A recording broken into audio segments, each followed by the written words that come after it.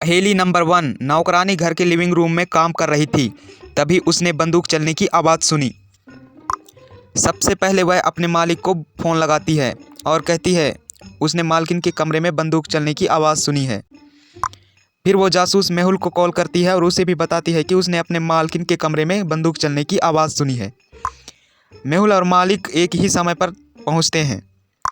मालिक: बहुत अच्छा हुआ आप यहाँ पर पहुँच गए। मेहुल: किसी ने मेरी पत्नी की हत्या कर दी है। चलो अंदर चलकर देखते हैं कि क्या हुआ है। दोनों अंदर जाते हैं और वहाँ का नज़ारा देखकर मेहुल तुरंत समझ जाता है कि हत्यारा कौन है। तो क्या आप बता सकते हैं कि हत्यारा कौन है, नौकरानी या फिर पति?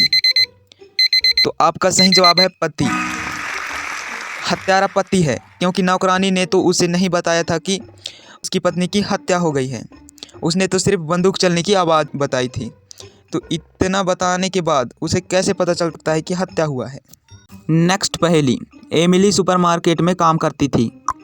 आज वो अकेली ही काम पर आई थी तो उसे सभी तरफ ध्यान देना पड़ रहा था।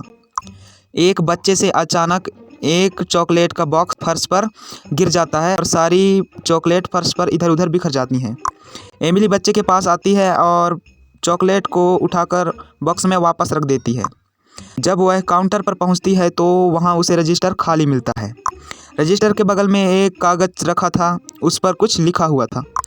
उस समय सुपरमार्केट के भीतर केवल 3 ही व्यक्ति उपस्थित थे।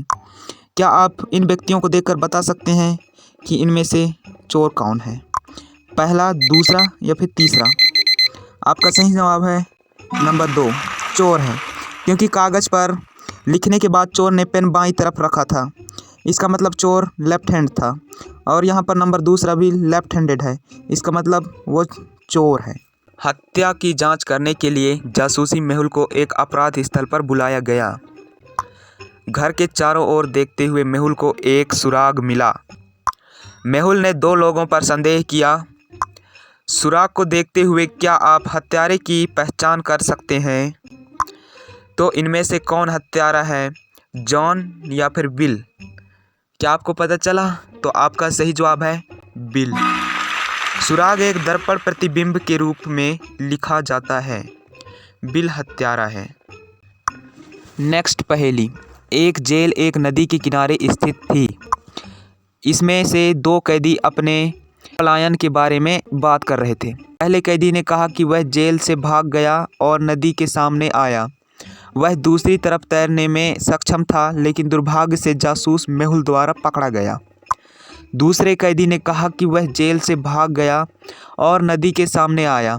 जब वह दूसरी तरफ जाने के लिए तैर रहा था तो उसे एक शार्क को देखा और तुरंत जेल में वापस आ गया। इन दोनों कैदियों में से एक कैदी झूठ बोल रहा है। तो क्या आप अनुमान लगा सकते हैं कि झूठ कौन बोल रहा है? नंबर पहला है वो कैदी या फिर नंबर दूसरे में है वो कैदी? तो आपका सही जवाब है नंबर दूसरे में है वो कैदी। शार्क नदियों में नहीं पाए जाते हैं, इसका मतलब वो कैदी झूठ बोल रहा है। $4 मिलियन लॉटरी के विजेता की घोषणा की गई। 3 लोग पुरस्कार का दावा करते हुए आगे आए। आयोजक ने 3 टिकटों को देखा और महसूस किया कि उनमें से केवल एक ही वास्तविक है। क्या आप इन 3 टिकटों को देखकर और उनकी विजेता को पहचान सकते हैं? तो देखिए और बताइए कि इनमें से विजेता कौन है।